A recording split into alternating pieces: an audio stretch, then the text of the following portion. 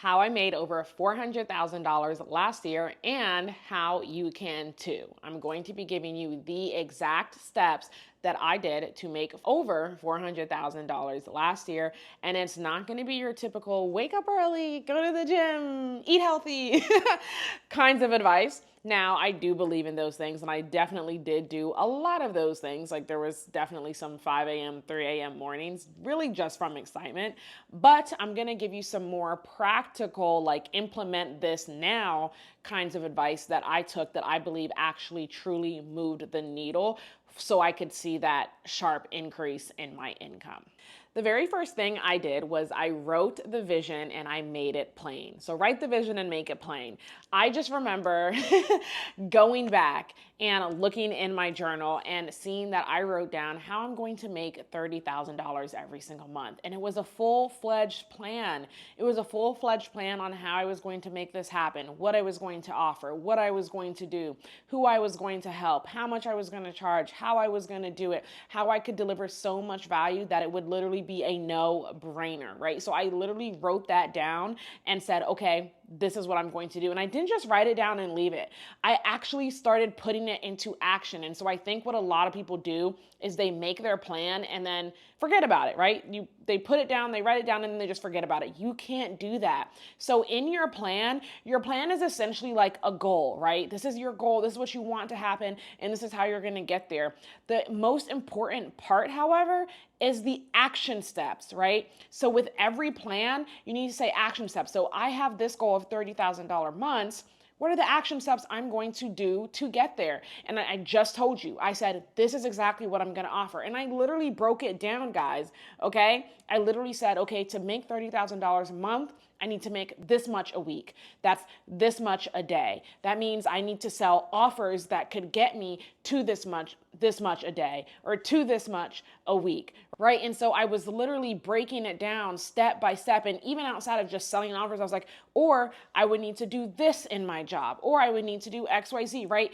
I didn't just have like one plan. I gave myself multiple different options so I could test and see what works. And I'm not telling you that you should try multiple things at once, because a divided attention is going to just divvy up. Like you're going to move a lot slower.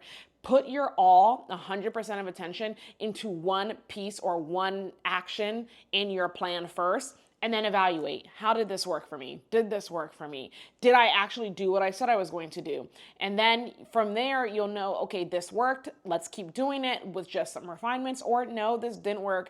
I need to pivot and try something else. Because again, if you divide up your attention between like 4 different things, one, again, it's like 25% on 4 different things. You're not really going to be able to know if this is the way to go or if this is the right route, because your attention was divided and you didn't give it your all. But more importantly, you aren't going to be able to see what action got you what result, because you're trying multiple different things at once. And so you won't be able to attribute a specified result to a certain thing, right? Unless you have intricate KPIs, right? Intricate tracking methods to track that information. So again, write the vision and make it plain, but go a step further and attach your action steps to that, and then actually start doing it. I did that, like I just told you, and I still do it to this very day. I'm doing it for this year, for the new goal that I've set. And let me know down in the comments below if you want to know what I'm doing this year, how I'm creating my plan to hit my next goal for this year. The next thing you need to do is choose something that's actually profitable,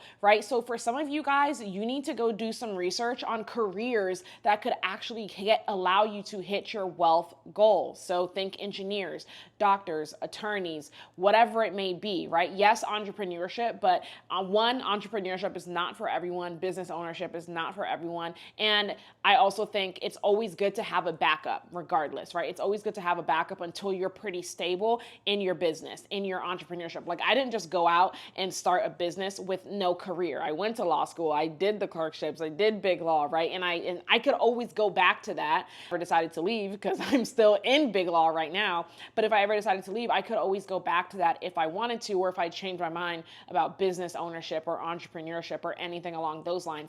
So choosing something that's actually profitable is going to aid you in building wealth. Because again, like just getting that income every single month, every single week, bi-weekly, however often you get paid, is going to make a huge difference, even if you have a side hustle, even if you have a business. Because the way to look at it is one income pays the bills, the other income gets invested. Like it's multiple sources of income. And so many people talk about multiple sources of income. And the truth about multiple sources of income is you don't immediately start out trying to build 7 sources of income right away. Like, again, that takes me back to that divided attention analogy I just gave you. Usually it starts off one source of income first, which is usually your main job, your main career, whatever it may be. And then maybe you add in a second, and maybe your second source is your side hustle, your business, your entrepreneurship. And then once that is off the ground, you add in your third source. And then maybe your third source is like courses or communities or something that can help make it recurring. And then your fourth source. Right now you're talking passive investments.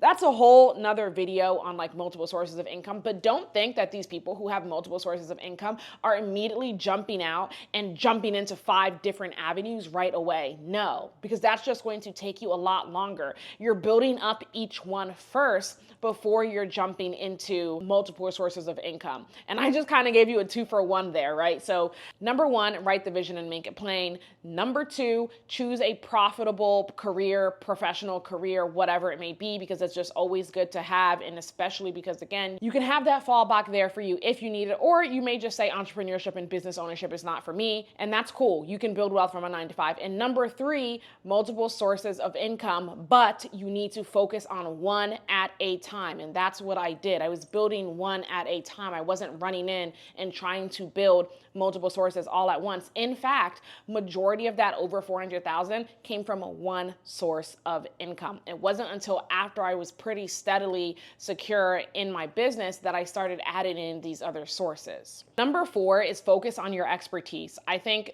this like social media and kind of entrepreneurship and influencer and business world has a lot of people kind of scattered and unsure on what to focus on and on what to do. And you really just need to pick something that is within your wheelhouse. Just because you see someone who is a fitness influencer doesn't mean you need to be a fitness influencer. Just because you see someone doing cooking or health or life coaching or lifestyle or whatever doesn't mean you need to go that avenue. Choose something that you are already an expert in. Because if you try to do something that is not your lane, that you don't have the expertise, that you are not educated in, it will not work. It will not work, and you will find it hard. You will find it very, very difficult to build wealth in that niche, in that area. Choose something that you can be or are already an expert in. So beauty, makeup, nails, hair, right? There's so many different things. Interior design. Shoot, I want an interior designer right now, right? There's so many different things that you don't have to like see what other people are doing and then try to copy that. Focus on what you are already good at and then 10 times that, okay? 10x it, because that is where you will find your wealth, because that is what you were meant to be. So focusing in on that heavily. And I did this wholeheartedly.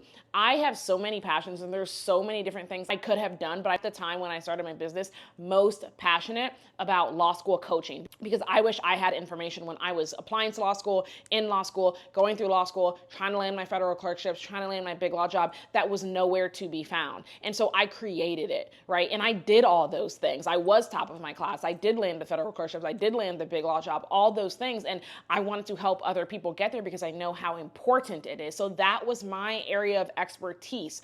I didn't go out and try to do what other people were doing. I focused on my area of expertise and it paid off exponentially. So hone in on where you are an expert. The 5th thing that I did was I eliminated all distractions. And I'm talking about TV. I'm talking about people who were not supportive. I'm like, just anything that was a distraction and gonna make you feel like you couldn't do it, anything that was gonna make you feel bad. I mean, when I started my business, there was literally people like, and I'm positive it was people I knew, because it just, the kind of comments it's the kind of comments that could only come from people who knew you. The biggest haters, like, let me tell you, the biggest haters. But then when Topping the Curve took off, from the haters were gone. From everyone, it was, oh my gosh, I'm so proud of you. Oh my gosh, look where Topping the Curve has come. Oh, like, and so just eliminate the distractions when you're in build mode, because you can't let that discourage you. You can't let that stop you. And so this eliminate the distractions is twofold. Number one, you're going to be tempted to go out with friends all the time. You're going to be tempted to go party, depending on if that's your thing. You're going to be tempted to do all these things. And while you're in build mode, you are going to have to say no. I definitely turned down a lot of things. Like, if it wasn't a birthday celebration or like a wedding or something, or a holiday, Christmas, Thanksgiving, something important like that, it was usually, I'm sorry, I can't. Because I was working full time and I needed that extra time. I needed those days off to focus on building. And so that's what I mean when I say eliminate distractions. And then the second part of that is eliminating people who are going to be discouraging you and making you feel like you shouldn't proceed, or making you feel like you shouldn't go after what you're going after. Because if you let them get into your head, it will stop you from reaching your fullest potential. On that same note, that brings us to number 6, which is avoiding the comparison trap. Don't look to your left. Don't look to your right. Seriously, if you are watching what everyone else is doing, you're going to be swerving out of your lane, like you in a car. You need to stay in your lane. What God has for you is for you. And if you stay focused and you keep your eyes forward, you will get to where you are supposed to be. If you're looking to the left and you're looking to the right, you're going to fall into the trap of comparison and say, oh, but they're doing this and why aren't I there? Oh, but I don't know if I can do this because they're already doing this. There is space for you. There is space for you. It's not too oversaturated. We need to hear your voice. You need to get out there. So avoid that comparison trap, because again, if you fall into that comparison trap, then you aren't going to get to your fullest potential. You aren't going, and that's not only in life and career, but that's also in money. Right? Because if you have an offer or you have something to share, you have something to give to the world, to the community, whatever, you have to be willing to share that, and you deserve to be paid for your expertise. Who's paying you? Whether that be clients, whether that be businesses, whether that be YouTube, whether that be TikTok, Instagram, whatever it may be, you deserve to be paid for it, but you have to be willing to put it out there and not focus on what everyone else is doing and let that discourage you.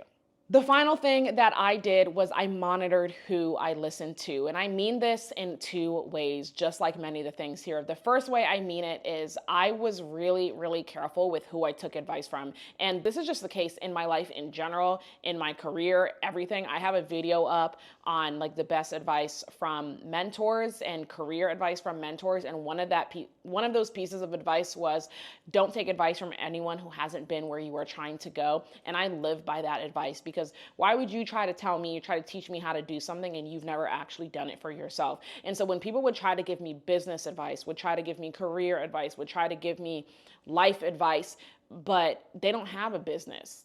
They've made $0. You're poor, or your life is in shambles, or why would I take advice from you?